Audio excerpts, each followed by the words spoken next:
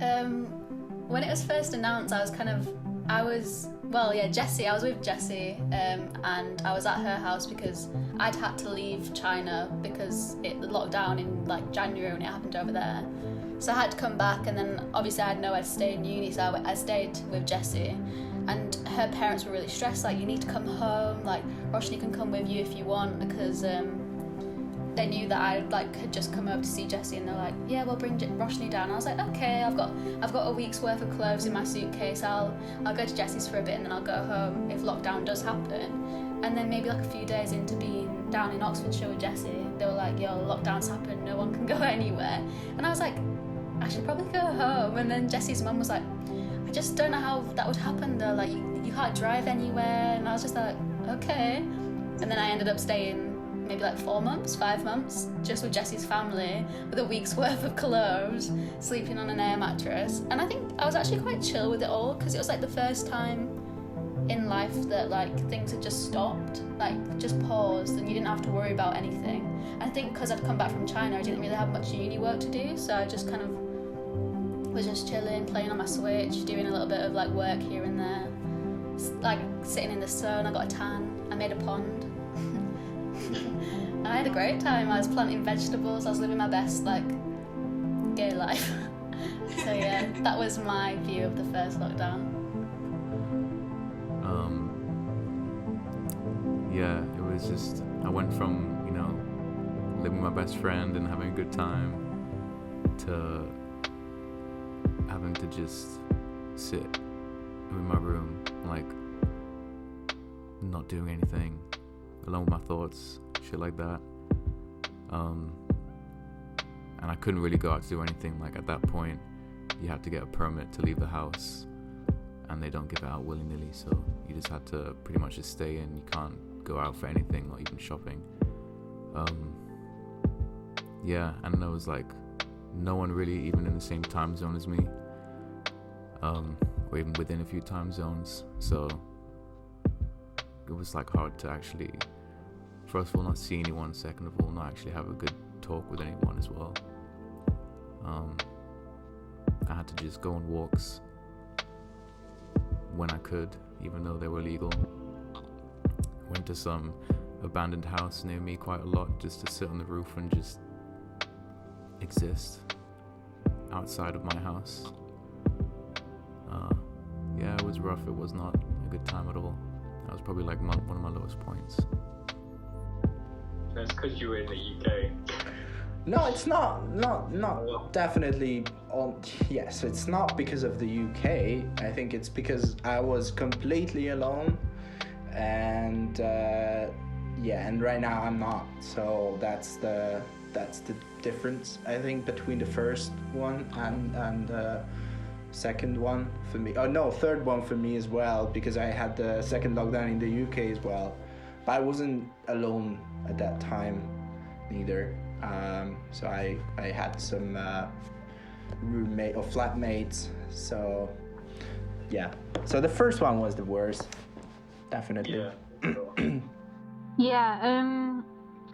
I think so. Moving from London to Yorkshire was something that was initiated by my parents, really, I think, because I was really happy to kind of spend the lockdown in London. I remember like a week before, I did this massive food shop with Chloe, like massive panic food shop where we just got a load of freezer goods. And we're just like, you know what, if we get fat on the sofa together, it's perfect, because we're gonna be sorted.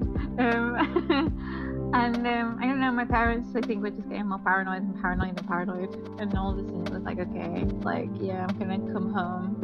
And I felt really guilty because I felt like I'd left Chloe and Naz, and I didn't want to do that to them. But realistically, I think coming back to Yorkshire is probably the best thing. I don't know, like when I got home, the first thing me and my mum did was when we drove to Dunham Mill, and we both got blankets, like these really soft, wonderful blankets, because we were both just like, oh my god, what's happening? And we needed this kind of like comfort. So yeah, it was really nice. And then that was kind of it. really. Ever since, it's been non-stop. And then for me, I mean, my lockdown was just working. I just got a call from Tesco, and then, I mean, my lockdown just felt different to everyone else's because I was still out doing things. I was going to work, I was seeing people, I was kind of like busy for the majority of it. But pretty much the same as Rosh, like, was just having days just chilling in the garden if I wasn't at work, and then catching up with, it's like exams and things to be getting on with, like online exams, so that's pretty much all I did. Played with my cat. I do recognise as well that there were some benefits of being locked in. I definitely was productive. I didn't waste my time inside. Yeah, I was productive as hell. Yeah, that's for sure. I mean, I only had one thing to do: focus on university and university work. So I decided to do that and not focus on on the lockdown itself. But also it was quite hard after a while, because like in the end of April, you've done all the work you had to do, and there was nothing to do. So when the uni was over, you were kind of like, okay, so what's now? Yeah. What's now? What to do? And there was nothing to do, basically. So yeah, and we had no idea what's really happening outside of our household, basically.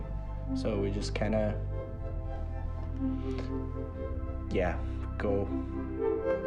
go through it, and that's it. There was nothing else we could do, I guess. No, nothing. Yeah. Okay. I try to be active as possible, because I feel like I need to go out to the street sometimes, doing, for God's sake, I don't know what, like exercising or just buying food. I just need to go out sometime. But I think that's the only thing that keeps me connected to the world. I don't know. Because other than that, I'm just staying in my room. I barely go out these days. Well, it's not true, isn't it?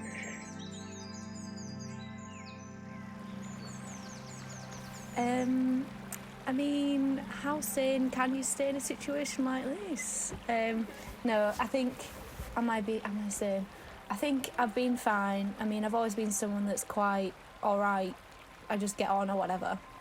But, I mean, I don't know, not to be a Debbie Downer, but I mean, I've gone through a breakup during this whole lockdown situation, which has not been enjoyable, and it's been even harder not being able to see my friends and stuff around it.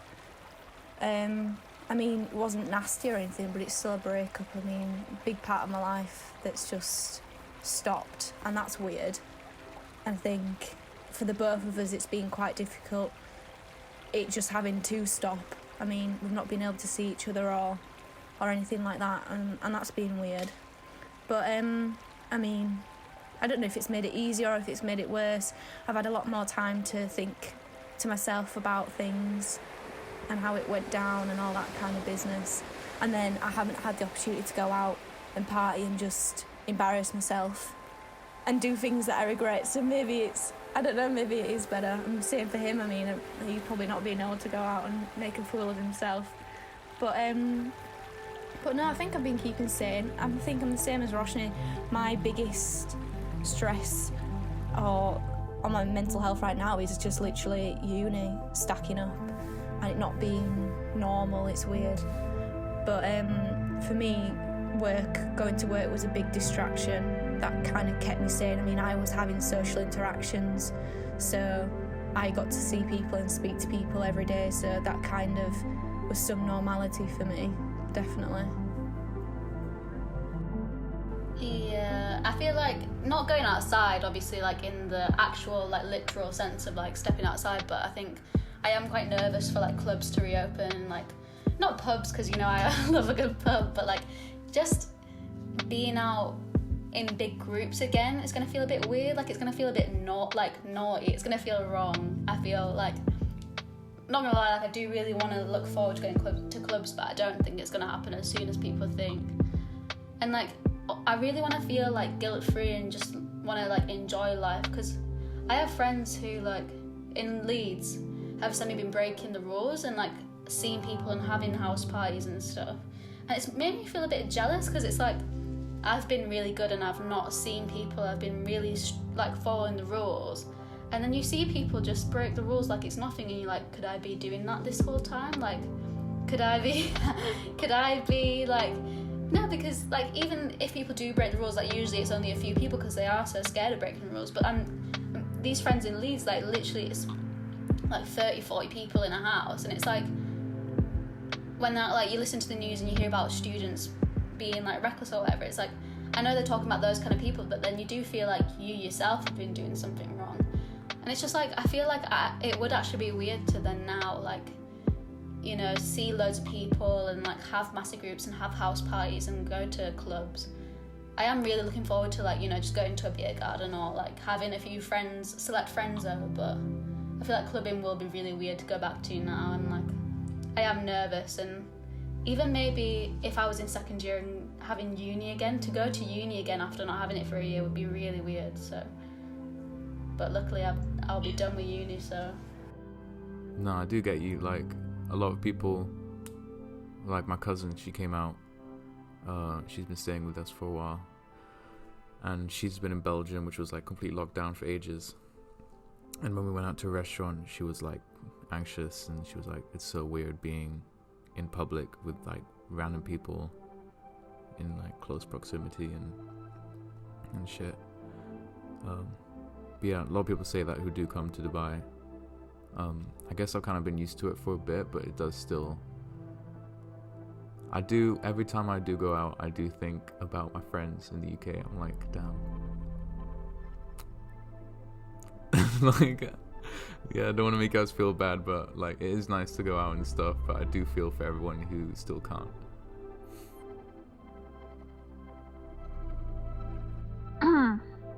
So yeah, and I think that those are the positive things that have come out of being in lockdown personally. And I think, like, even though I say those things, it's not like solidified. It's not like over a year I've become patient, over a year I've become self-aware and all this kind of stuff, but I've definitely become a lot more of that. Yeah. And yeah, I think that that's something positive to take out of it, you know. But also, it's nice to have some achievements along the way as well. Yeah. I'm very lucky to say that I was employed during a global pandemic. Yeah. You know, I got accepted for 2 job interviews, you know, which is not what a lot of people can say. I've been so much better off than a lot of people. Yeah. I've had it really lucky, and I think that that's something that I should really be aware of, you know. Yeah. When we talk about this in the future and how, like, future repercussions of the lockdown and stuff, and when true stories finally come out about what's happened during this period for people. Yeah. And the long-lasting effects it has had, you know. Yeah. So.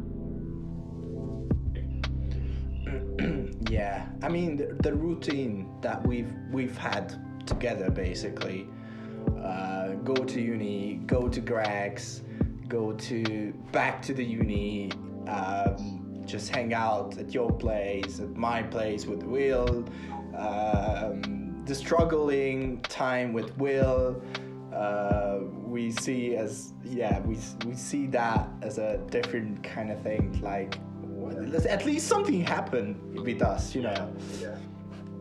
Yeah, it was I look back, and I guess we took a lot for granted, I guess. Yeah, exactly, that's the thing. I mean, I feel like coming out of this lockdown, at least I hope that people will be a lot more humble and appreciative of little things. Like, we take a lot for granted, let's be honest, and hopefully now that it's all kind of being stripped back and taken away from us, that people start to appreciate the little things. And when we come out of lockdown, I'm not saying no to anything now. You want to meet, mate? Sure. You want to go here? Of course, let's go. Like, I refuse to say no now. That's it. I'm never turning down an opportunity again. Yeah, I'm the same. Like, I feel like I kind of was just kind of like, I wasn't living life. Like, before Corona, like, I was just kind of like letting things pass me by. Like, I wasn't really like making the most of uni or making the most of like life in general. I was kind of like just getting to the end of the week. And I feel like now, obviously I'm still doing that because that's all you can do in lockdown, but like I think it's really going to make me appreciate just like how lucky we are, and like how lucky we are to like have the opportunity to go to uni, or like how lucky we are to like have each other, or how lucky we are to even just like go to a gig, or just go to the pub, or just go somewhere and just like enjoy every day rather than looking forward to the weekend, or looking forward to like the next thing. Because I feel like I was really guilty of that, like even, I don't know, like just, yeah, even with like the city of Liverpool, like I haven't really appreciated the city until, you know, the pubs were closed or the clubs were closed, and then, you know, you actually have to look and find the things to do, and then, so it's been nice.